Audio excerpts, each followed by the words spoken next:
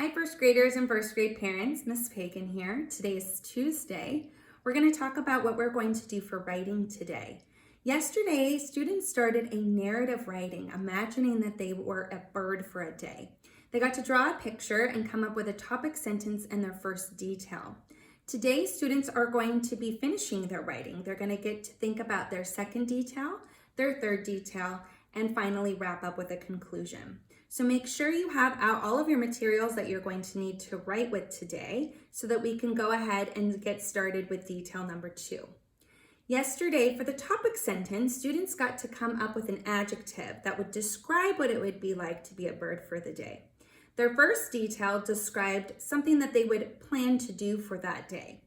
Detail 2 is going to be very similar to detail 1. They're going to have to think about one more thing that they would like to do if they were a bird. So let's go over our sentence starters, and students will be able to choose the one that they like the best. For detail 2, the first sentence starter says, also, with a comma, I want to, and there's a blank. So students would get to think about what else would they want to do if they turned into a bird. They could choose, in addition, comma, I would enjoy, and a blank. So they could pick another thing that they would enjoy doing if they were a bird. They could choose next, with a comma, I think it would be fun to. So thinking about the fact that they have wings and they can fly, what would it be fun to do if they were a bird? Or the last one, then, comma, I would try, and blank. What would you try? What would you try to do if you were a bird that you might not be able to try if you were still a person? So students get to choose one sentence starter, making sure that they put their commas after their transition words and then finish the sentence. Just like we've had them do in the past, I really like students to think about what their idea is going to be first, share it out loud with somebody, and then go ahead and write it down. So if students are working in their journal, they would make sure that they would pick up where they left off from yesterday. So they would write their detail number 2 sentence. They would then go ahead and do their quick checks. They would check for uppercase letters at the beginning of their sentence, finger space in between all of their words, a period at the end of their sentence, and also checking for those commas after their transition words, and then whisper reading their sentence to make sure it makes sense, that they didn't leave anything out, and that their letters are placed nicely on the line. After they have done detail 2, they're going to be ready to move on to their last detail. Their last detail is going to be similar to detail 1 and 2 in that it will be another thing that they would like to try if they were a bird for the day. So let's read our sentence starters, and students can choose the one that they like the best to write for their last detail sentence. They can choose finally, with a comma, I could blank, last, comma, I will blank, or lastly, I can blank. So they're going to come up with one more really fun thing, really amazing thing that they could do if they were a bird for a day. They need to make sure, again, that they are sharing their idea before they go ahead and write it down. After they share their idea, and if it sounds great and it makes sense, then they can go ahead and write their last detail sentence after their second detail sentence. So they'll go ahead and pick up where they left off. They'll then do their 4 quick checks, checking for uppercase letters at the beginning, their finger space, their periods and commas, and going back to whisper read. After they've done that, they're going to be ready for the conclusion.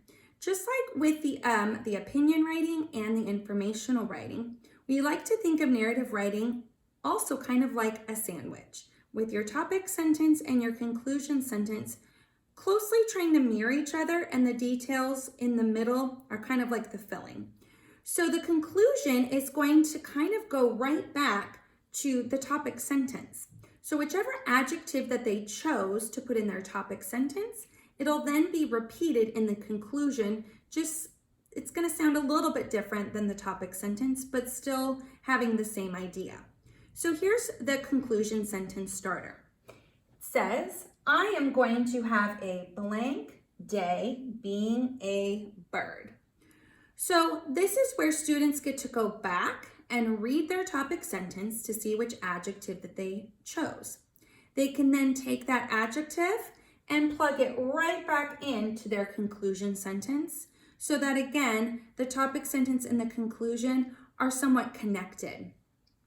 So have your students identify what their adjective was first by having them go back to read their topic sentence, and then have them say their conclusion sentence out loud. And again, we're going to go ahead and use that exclamation point because we're going to say that sentence with some excitement. So after students have identified their adjective, have been able to plug it back into their conclusion, they can then go ahead and write their last sentence for their journal.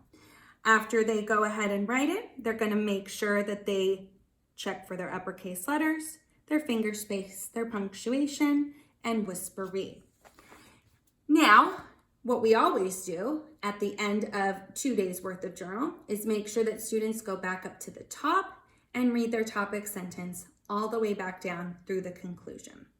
Just a side note, I want to make sure parents remember a couple things. Number one, as far as spelling goes, students should really be trying to spell words on their own.